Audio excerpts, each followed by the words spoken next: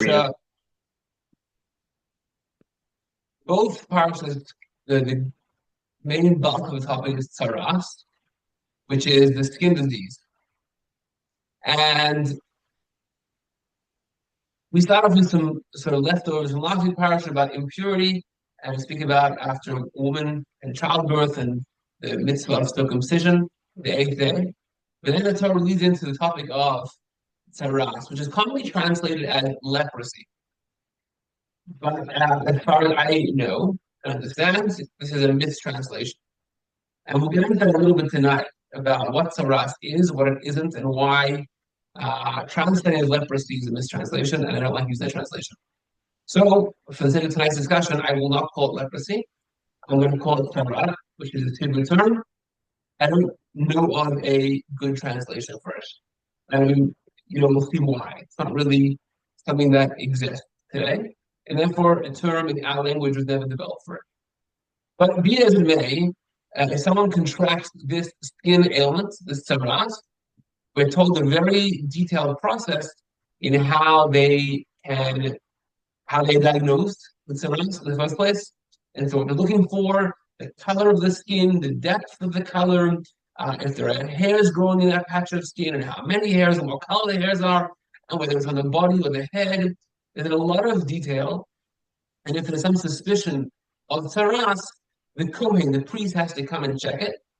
And then if there is some grounds to assume it's tzara'at, he will isolate that person for a week, check it again.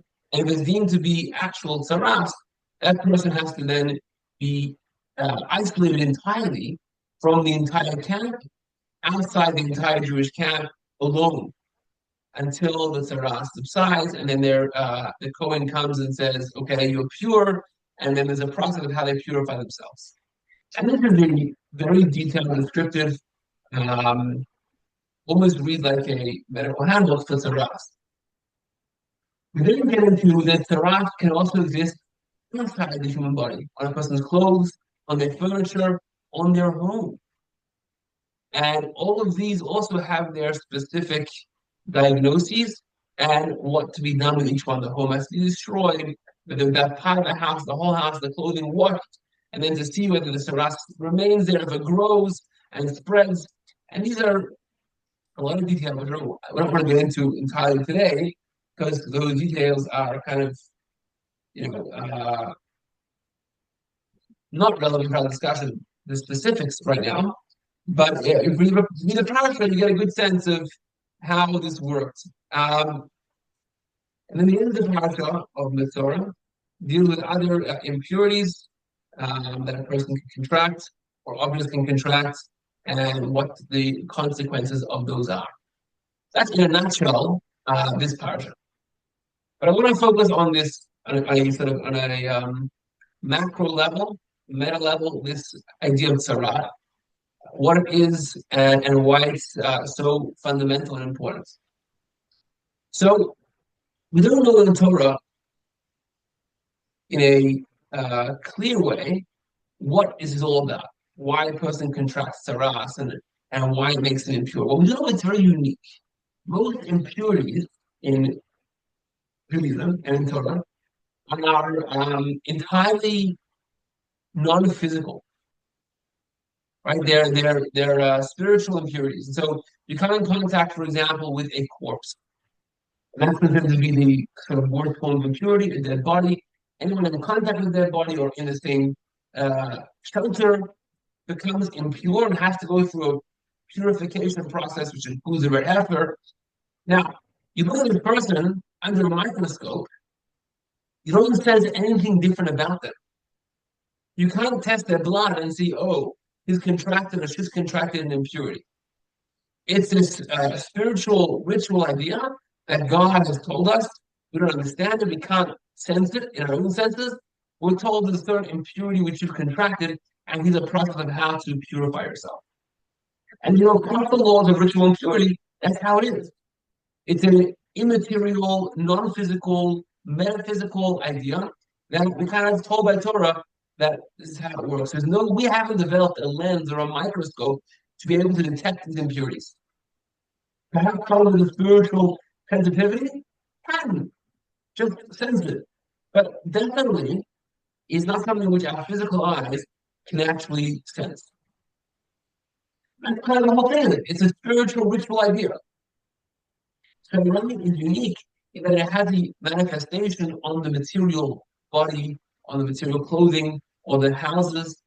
So the one hand, it's a very physical thing. We can see with our eyes. It's infecting the skin. It's something which is very real and tangible. On the other hand, it is not an illness or an ailment that is something which we are used to, which is a medical idea. How do I know? Maybe it's a medical, maybe it's a contagious skin disease, which is why it needs isolation. There are a couple of ways we know that isn't the case. And I'll give you a few with a proof, if it were, that Tzara'at is not just a medical condition. Number one, a person can have all these symptoms of Tzara'at, but if the Kohen, the priest, did not diagnose it yet, they are not considered impure. You can remain around them. Sorry. Can you repeat that? It's a little hard to hear, the last two sentences. Sorry. If a person has all these symptoms of Tzara'at, the skin has changed colors and whatever other symptoms they need, but the Kohen, the priest, did not diagnose them, they are not impure, they remain pure. Everyone around them is allowed to stay around them, they can eat, drink, touch things, they're fine. Until the priest comes and diagnoses them. And then they become ritually impure. They need isolation to the point where if someone is in the middle of something really important, for example, the Talmud says from the Torah, if someone has just got married, and in the first week of the Sheva Brachot, the first week of marriage, we hold off from any diagnosis and give them a time to enjoy themselves after their wedding. After a week, when they've had time to spend with their new spouse, then the Kohen comes and diagnoses them and they need isolation. If this was a real medical issue, then what do you mean is playing games? Either it's contagious or it's not. Another indication is that Torah says if the entire body is covered in this white skin disease, the person remains pure. If part of the skin has Tzara'at, it's rendered impure. If your whole skin is covered with it, you remain pure. If it's a real disease, that makes no sense. That's not how our sicknesses operate, right? So these are all indications that there's something here that isn't just a physical disease. And Maimonides actually refers to it, it's like a wonder. It's a sign from God or something. So it's a physical thing we can see, but it is not a sort of a disease that we can track, that we can diagnose medically, not contagious in any sense of the term we're used to. It's a sign from God that something is going on with this person. Now, what's this sign from God? The Talmud says there's a whole host of averos, of sins, of misdeeds that cause a person to be afflicted with Tzara'at. The most famous of those is lashon hara, which means speaking negatively about somebody. And if you speak negatively about someone, that is grounds for you to be susceptible to the spiritual melody, it's the spiritual elements of Tzara'at. Now, where did we know this from? Who said it? The Torah, and this is Parsha, read the whole Parsha forwards, backwards, once, twice. There's no reference to speaking ill of people. There's no reference to lashon hara. So how does the Talmud know that lashon hara causes this disease?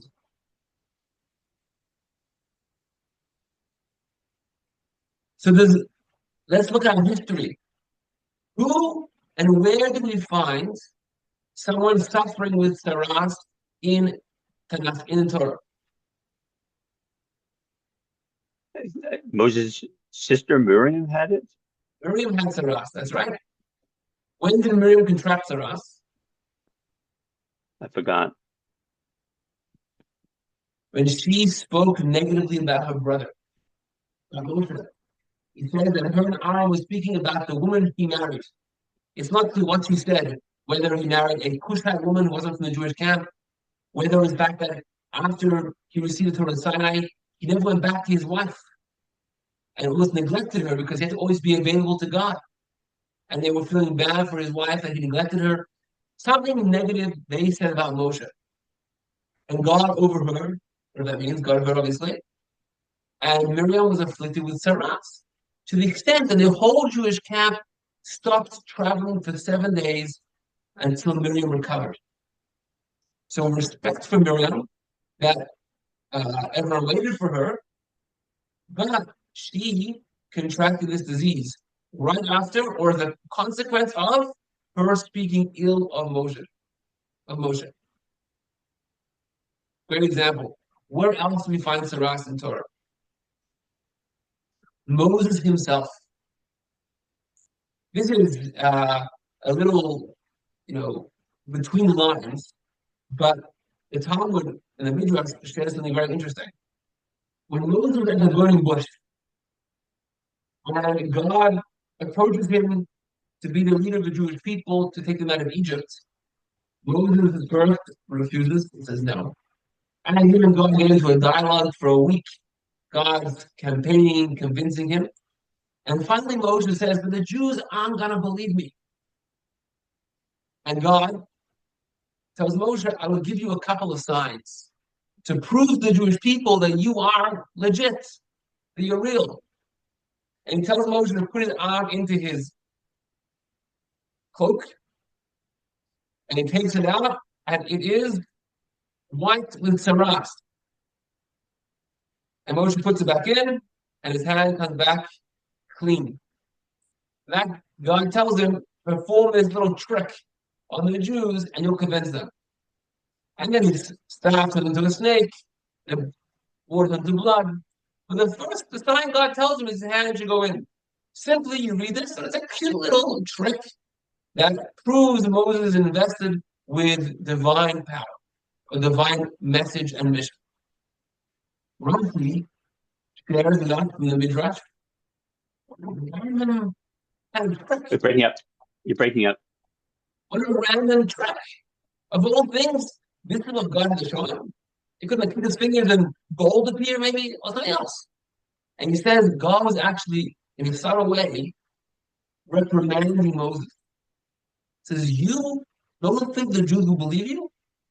How dare you speak about my children, my people, like that? You have no respect for them, no belief in them. And so Tzara'at was always a punishment for Moses for speaking negatively about the Jewish people.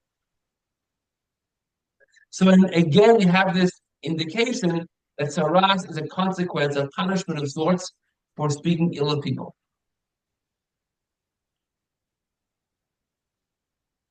There's two very interesting details about Tzara'at that I want to focus on and sort of set up for our understanding what this is.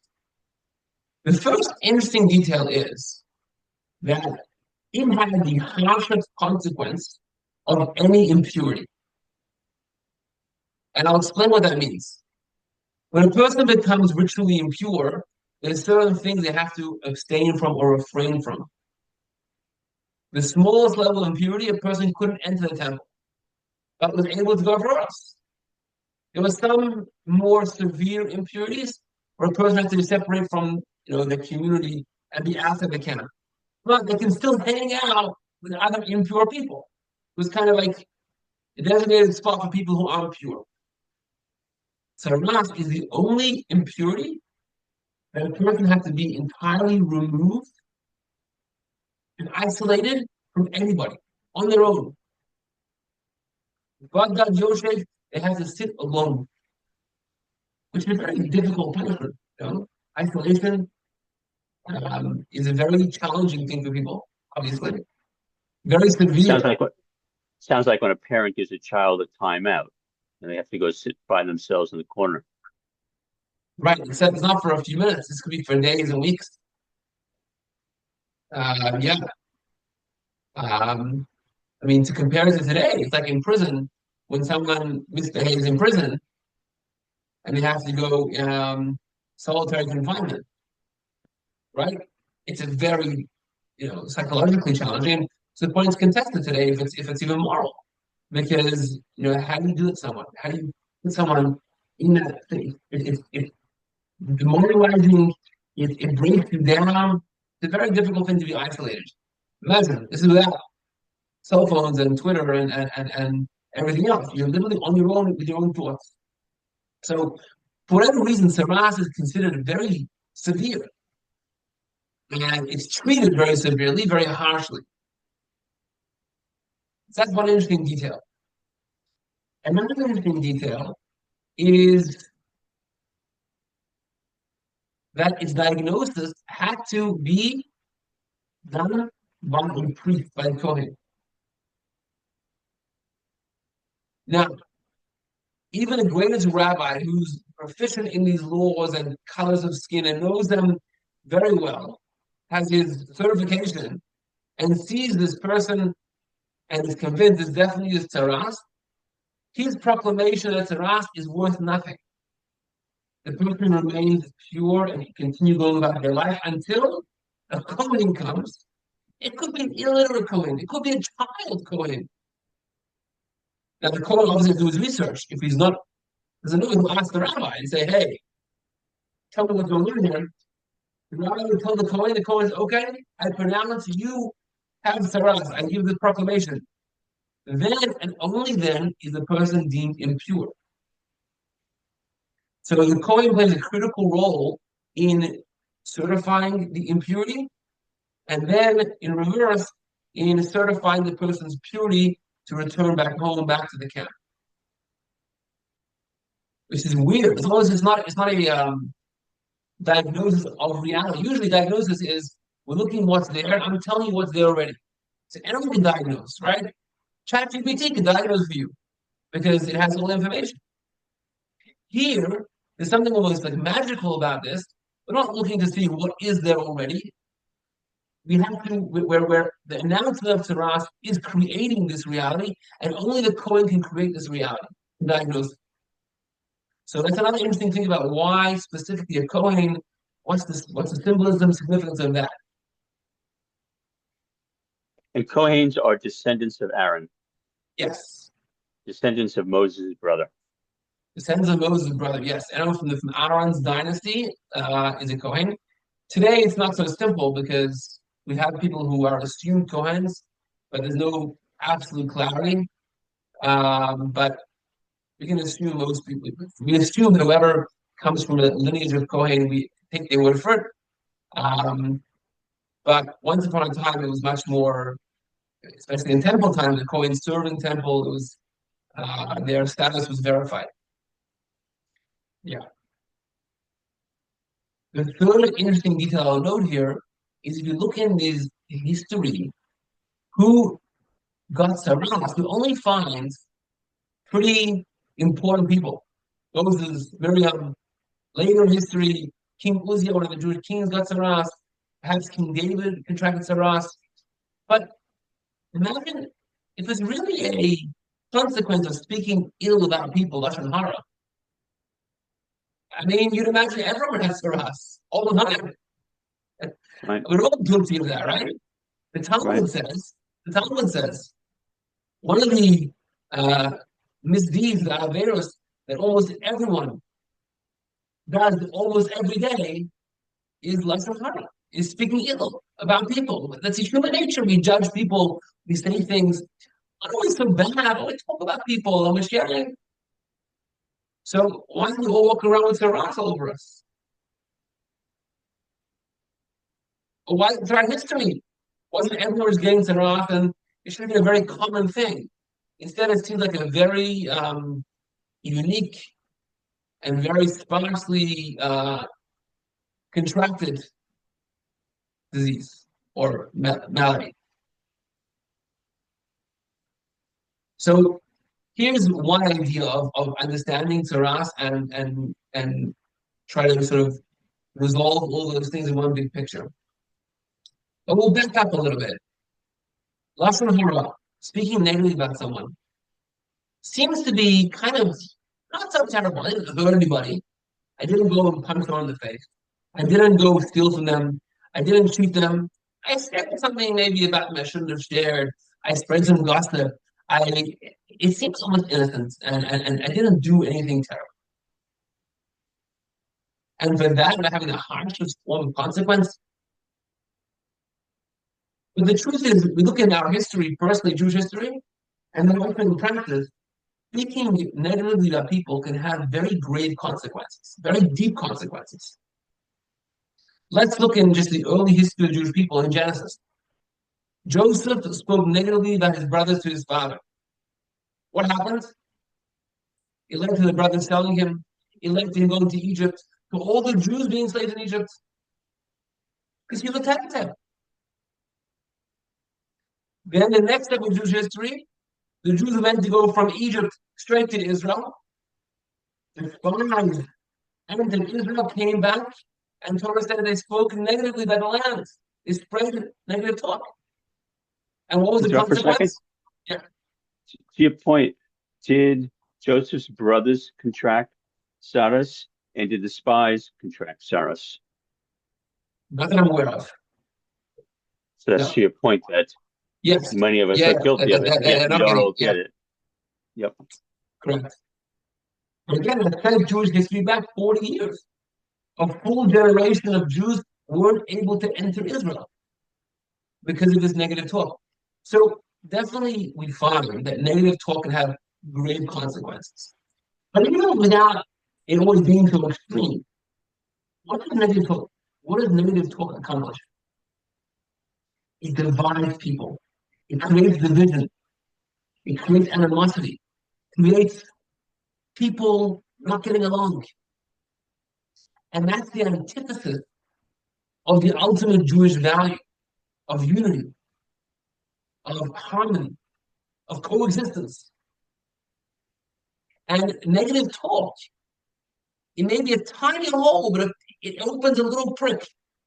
And when you start a little hole, it easily widens and widens and widens. And so it's eroding the fabric of community. It's eroding the foundation of Jewish unity. And that is tragic. And in a certain respect, it's the worst possible thing a person can do. What is all of Judaism coming to promote? Why is all of Judaism coming to promote? What's Judaism coming to promote? What's the sort of the core of the goal of Judaism? In a certain way, it's to create unity.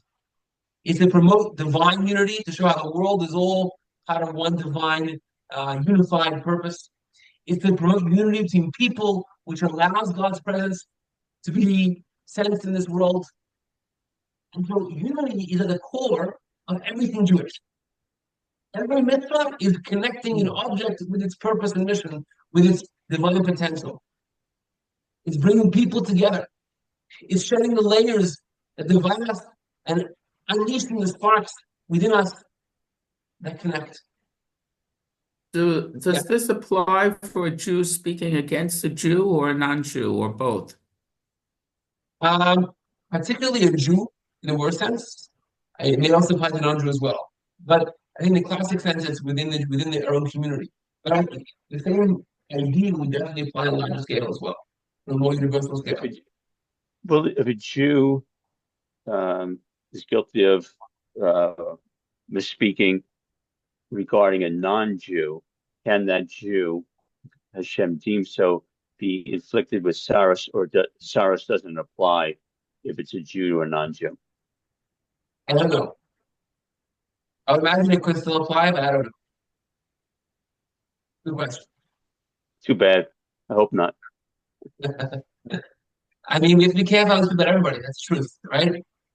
Divine image is every human being in God's image, and we have to respect that and nurture that. So that's the idea definitely resonates in the universal way as well. So in a sense, when a person speaks negatively about someone, it's this double-edged sword, because on the one hand, you are tearing apart the fabric of unity, which is going against everything we're trying to achieve as Jews. On the other hand, you don't feel so bad about it because you don't think you did anything so wrong. It's very subtle. And so you don't even correct your ways. You don't even do anything about it because what do I do? When I cheat somebody or I hurt somebody, I feel bad. My moral conscience has been like activated. And I'll try a good person, which I apologize, make up for it. I'll work on myself. I know I made a mistake and I slipped. So when I do something which is, really wrong, then I naturally, as a good person with good conscience, I want to correct it and fix it. When I speak bad about someone, I don't even think it's a problem. But I've done something so terrible that I don't even really notice or feel bad for. And so what's the correction for a person like this? Is if you are within the Jewish camp spreading disunity, you have to step outside. Look inwards. You're going to be separated, isolated, because you're going to realize this behavior is a contagion in the community, but also realize what it feels like to be disconnected. You feel alone, unhealthy, unnatural as a human being. And that instills within you this concept of the fabric of connectedness of people. And so it's a correction, it's a time for rehabilitation. It's an opportunity to the person who didn't necessarily notice what they were doing wrong to have introspection and rehabilitation. And so severe to be alone is a consequence of you trying to separate and disunite people. Now, for that same price, we don't want anyone making this judgment call. It's a big deal. And we have to make sure the diagnosis is coming out of love, out of real concern for this person. Not punishment for you. It's too severe for a punishment. It's a rehabilitation. It's an opportunity for you to correct yourself. Now, think about ourselves, yourself. When you judge someone and you're making a call about them, about their lives, and you're saying, well, he did that, it's not always coming from a healthy place. Sometimes mixed in there is your own prejudice, is your own bias, is your own history of that person. And it's very difficult to really make a judgment about a person out of love for them. You often say, well, I'm doing it for your benefit. I mean, really? It's very difficult to remove all of our prejudice, all of our bias, and be only there for that person's sake. It takes a lot of love and a lot of selflessness to be able to really look at another person and say, well, for your own sake, you are deserving of A, B, and C, without any other biases mixed in. And Torah said, who can we trust with this diagnosis, which is tragic? But who can we trust is going to make the diagnosis out of love, out of concern for that person's rehabilitation, not out of communal backlash? Only the Kohen. The Kohen, his job is to bless the Jewish people, ba'ahava, with love. The Kohen, the sense of Aaron, our Kohen, Aaron was a man of love and peace. And so the Kohanic gene is a selfless gene. It's a gene that's there to serve the Jewish people, to be a public servant in the most profound spiritual way. So Torah says only a Kohen can be trusted to diagnose this person into isolation. They're going to be doing it for their benefit. So only a Kohen can be trusted. But here's the thing.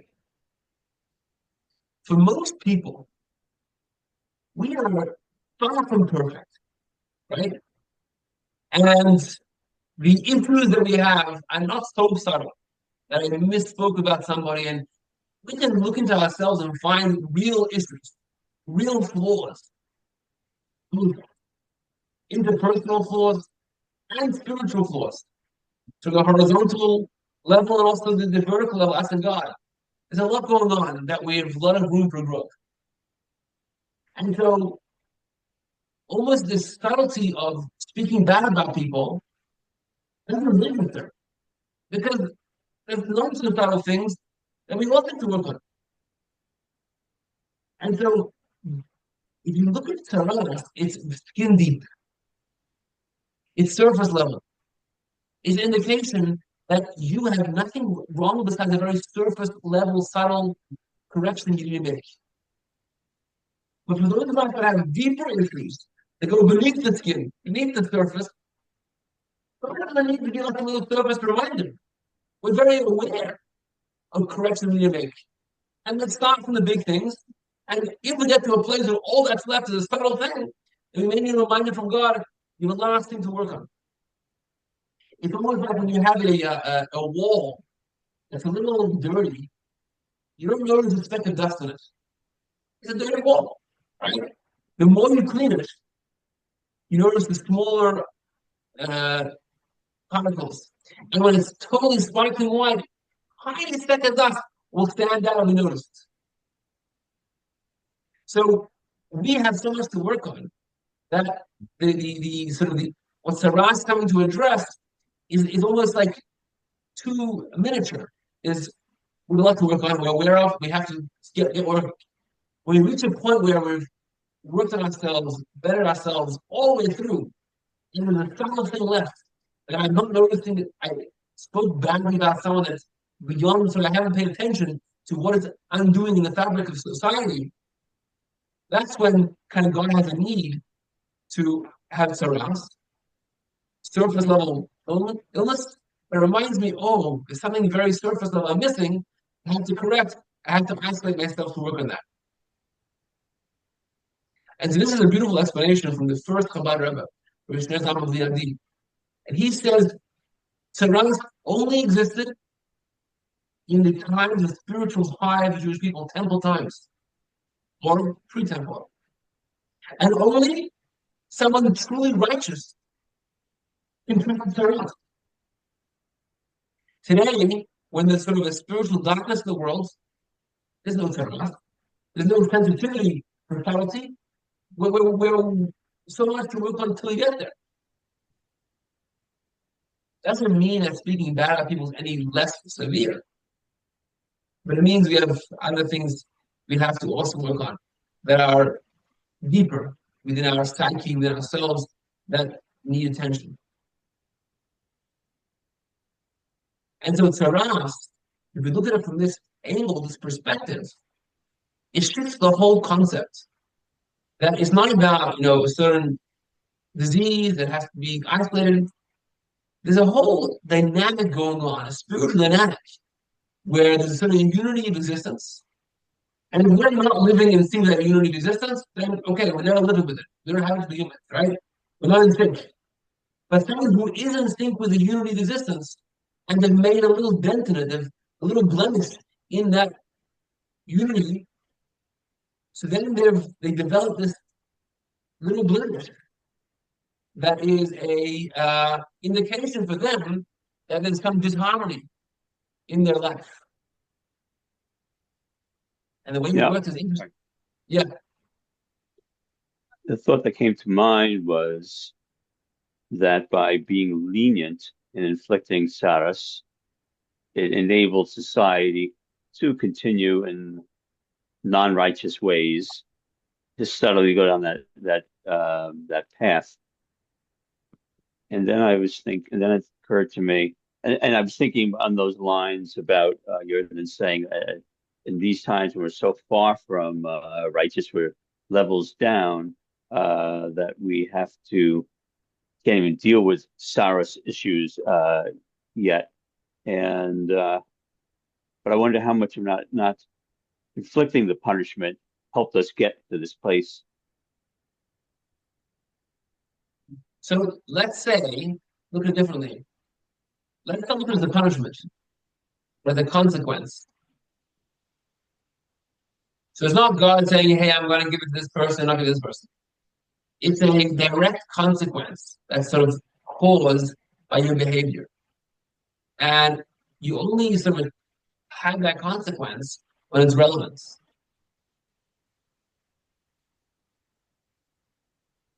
So, for example, let's say you have a material, a very sort of a cheap material. You can go through dirt and it's fine. A very fine material is much more sensitive. And a little, a bit of water or dirt can ruin the material. It's not a punishment for this material over that material. It's the natural effect. The more delicate it is, the more fine it is, the more it's easier to get ruined, right? So the person that has almost like is coarse, is not in sync with his unity, speaking ill about someone doesn't sort of affect them in that sensitivity because there's so much more going on. But someone who is so refined and in sync with that unity of the purpose in the universe, that little misstep has already a consequence on their skin, right? It's already sensed, they're so sensitive to it that it already registers. This may be what you're saying.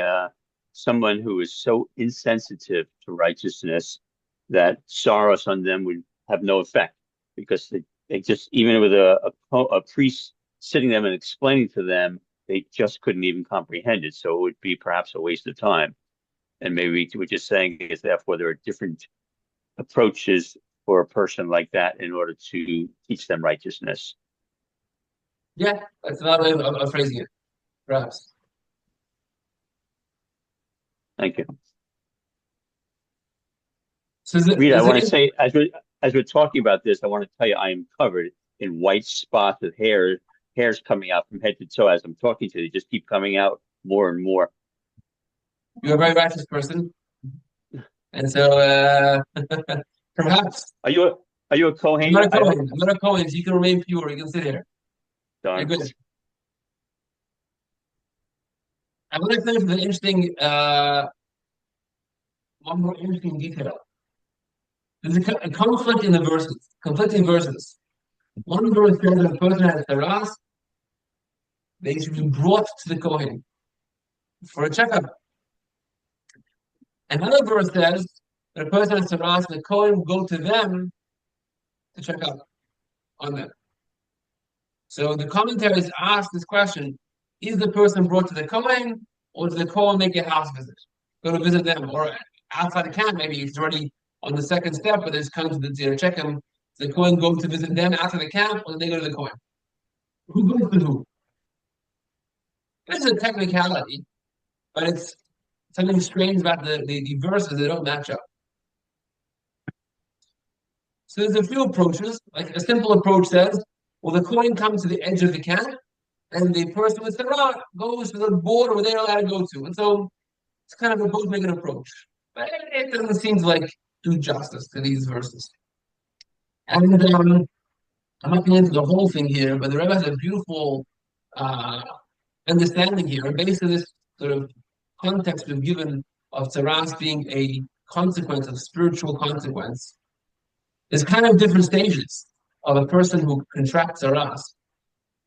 They're obviously non-think. They're obviously something's wrong with their. It's not just I did something wrong, but if I'm able to do that, obviously I am imperfect. Obviously, there's something within that person that's lacking, or else they would never be able to misstep in such a big way. There is a stage where they have to be brought to the Kohen, meaning that they're not ready yet for change, really. Almost forced to the Kohen that here, I'm here, and Kohen can talk to them, and for the end of the day, they're going to remain who they are. They may get some healing from the Kohen, or just by being in isolation, but ultimately they're not yet ready for change.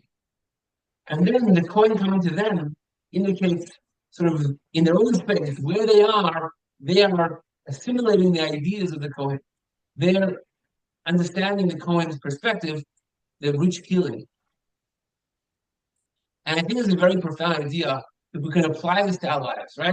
Greg, we don't have Tzara'at today. We have a lot of ill talk, unfortunately, a lot of slander, a lot of just negative stuff, especially online. And Tzara'at would do well, right? Imagine everyone who badmouth someone or dox someone or something wrong on the internet would suddenly get a disease. We'd think twice before we did it. We'd be in a lot better shape. But we don't have that today. And we have to kind of take the lessons of Tzara'at and apply them to our lives without the physical reminder. But it does show us how careful we need to be about speaking ill of others and how sensitive we need to be to the harmony and unity of our people and of all of humanity.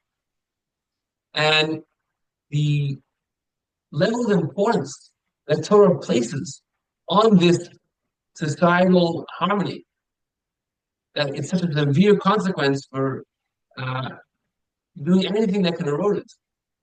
So we do learn the profound, importance of speaking well about people. But the question is, how do we really change? Because as human beings, we all struggle with this.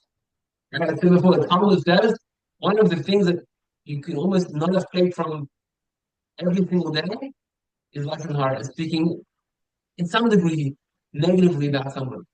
Or the Talmud says even speaking positively about someone you don't like can sometimes also be a problem because you're hoping for a reaction. Like you tell someone, this guy did a nice thing, and you're hoping someone will say, "Well, that's out of character for him." So you're almost like fishing for a pushback. So it's a very subtle thing that we can almost never avoid. How do we do it? How do we do it? And so the two things are we learn from the Kohen. First of all, the diagnosis has to be from love. Any judgment make of someone should only be from love, only from concern for them. Which means we're not told don't judge other people. The Mishnah in Episode 5, Pirkei Avot, says, judge people favorably. It doesn't say don't judge. In contemporary culture, that's kind of the thing. Don't judge me, don't judge them. No. Absolutely judge people. Judge them favorably. The difference is don't judge almost creating an isolation of its own. I'll remain in my echo chamber, you remain in yours. I'm not judging you. But there's distance between me and you. I'm not judging you means I'm not concerned about what's going on in your life, letting you be you. Then I'm remaining me, you're remaining you. I'm not against you, but I've created distance. Judging favorably is actually creating that connection, that relationship. But only from a positive sense. That's what we really want. That's what Cohen is doing. When I judge a person who needs to diagnose with Tzara'at, I will give it to them, but only out of love. And when it's not coming from love, or I don't think they need this, I'll find a way around it. Pure. No Tzara'at. So we have to always give benefit of the doubt and judge favorably. And that's a really important thing. We can judge, but favorably. The second thing is that the Kohen wasn't just to tell a person diagnosis, but to try to remedy them, right? Try learn from other people to make yourself better. If a situation comes up in your life, whether it's the isolation itself, whether it's the Kohen you're talking to, allow their ideas to heal you. Allow their ideas to better you. We're not good at taking advice from people. We're not good at taking rebuke from people, for sure. Right? And so someone comes and says, you have Tzara'at, you have to be isolated. Our initial reaction is to be defensive and to, no, you're what I'm talking about, you're wrong, I'm right. But to have the humility to say, oh, someone who wants the best for me, I'm accepting this, I'm embracing this, I'm allowing isolation itself to be a rehabilitation for me, a lesson that I'm going to learn from. And the Kohen's perspective is going to sink in and allow me to discover my own sort of unity, my own sense of truth and purpose. That's an incredibly profound humility that can really help us grow. So allow others' rebuke of you if it's coming from, don't take abuse, obviously. Know where it's coming from, but if it's coming from a good place, accept it and allow yourself to grow from it. And that's a really deep, profound insight as well. To allow ourselves to hear feedback and to grow. And whatever happens after life, even negative things like isolation, allow us to think, okay, this is an opportunity for what? How can I grow from this? How can I become a better person? It teaches me about what I've maybe done wrong to get here. And how can I rehabilitate myself to reconnect the dots of society, to reimagine the unity of the universe?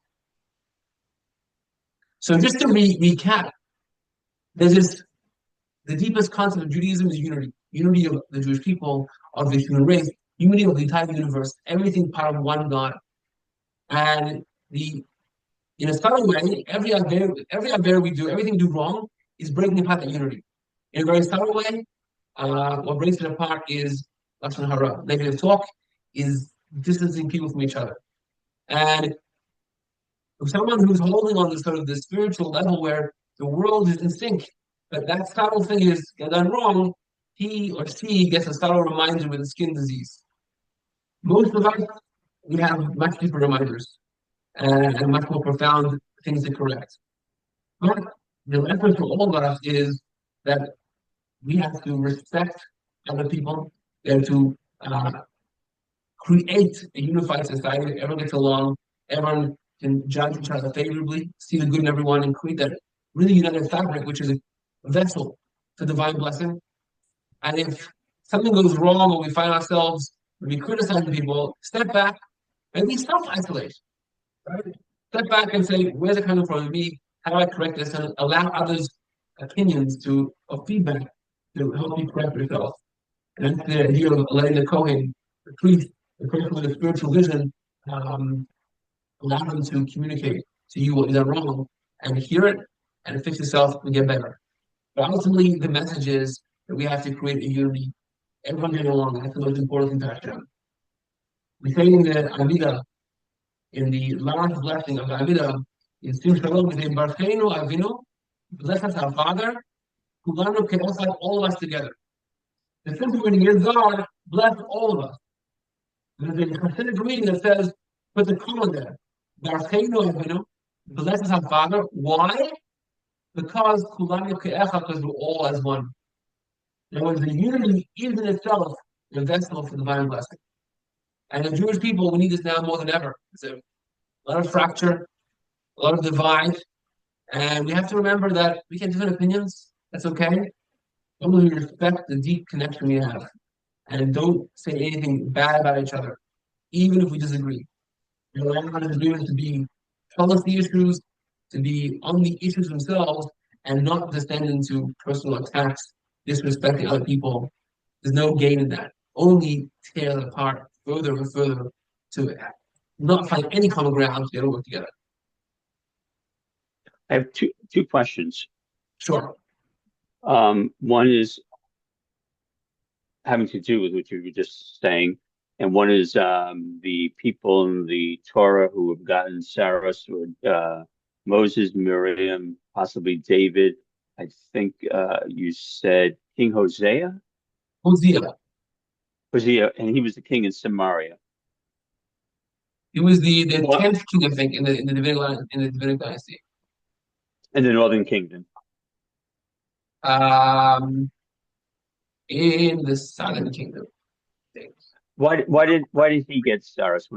Why did I may be thinking about a different king who I was thinking about the king in the Northern Kingdom who fell to Assyria. So you're saying it's a king in the Southern Kingdom. I have to look it up. He was a good guy. He became king at 16 years old, I think. He was a good guy, good king, but he eventually got his head. And he brought the incense on the altar, which only went for a Kohen. And so he was a good king for a long time, but then it sort of got to him. And that's funny. Aaron's sons made a mistake with incense also. Right. So incense is big. But then on a we'll call it a personal level, somebody unquestionably, documentarily lied about me for their benefit, for their greed. It caused me great shame, the lies. There is no question. It's not like my view of the story. There's two sides to every story. It's unambiguous, and they did it for their financial gain. Unambiguous. Assume that I'm correct. That is unambiguous, and it was nasty and completely made up, completely contrary to the truth. And assume that I'm correct on that for the sake of this, and I am. And in fact, when I started to tell people the story who live out where I live, they all know exactly who I was talking about without even mentioning the name. I said, yeah, how'd you know? Yeah, she does it all the time. And she went public with her lies, and it was picked up in the press. And I'm a nobody, and damaging and hurtful. If I discuss that person and simply explain what they did, am I forget the term, what's the speaking Lashon hara. negatively? Am I doing that? Good question. Very good question. Partly I'm trying to defend myself. Right. So there's a whole series of laws, and there was a rabbi a couple hundred years ago who put together a book dedicated to these laws, did a lot of research. The Chafetz Chaim framework. It comes down to this. I mean, this your question is a very specific case, and every case is its own sort of question. But even take like online reviews, writing a bad review about a product or a service, is that considered lashon hara? And it really boils down to intent. If a person's intent is to slander, that's a problem. If your intent is to make the public aware, for example, if I rented a certain service and they had a terrible service, when I put a bad review, am I there to get them back? Then it's lashon hara. If I'm there to warn the public, don't pay for this service, don't use them as a cautionary tale, then it's a healthy thing. I'm alerting society to this scam. And a product, the same thing. A product online, if I'm there to, I'm so upset about this, and I'm going to write a bad review, that's a bad thing. If I'm just helping people make a choice when they're buying a product, that's a positive thing. I'm warning the public. So I would say the same thing in your case. I don't know the details, and it's not for me to get into them right now. But I would say if the intent is to slander that person as a retribution, as getting back at them, it's lashon hara. Even if it's justified, even if you feel justified, it's still lashon hara, I would say. If it's to defend yourself from public allegation, if it's to make the public aware of this person as a danger in the future for people snuck into whatever business with them, whatever it's going to be, then it's a service to the community. So it depends on the intent and how close the intent is to reality. Obviously, you can't say, "Well, I'm intending this," but practically, you have to know in your heart. It's where it's coming from. Not on a sort of very broad brushstrokes would be the question. I haven't got any Saros yet, so I'm assuming that's a good sign. For a holy person like you, yeah. Well, I did actually have another basal cell carcinoma removed from my forehead a few weeks ago, and they had to do a skin graft. And I do have a little white blotch here, but I haven't noticed anything else. And supposedly it's just a skin graft, supposedly. So Don't go too close to a coin. You might get a diagnosis. exactly. Yeah,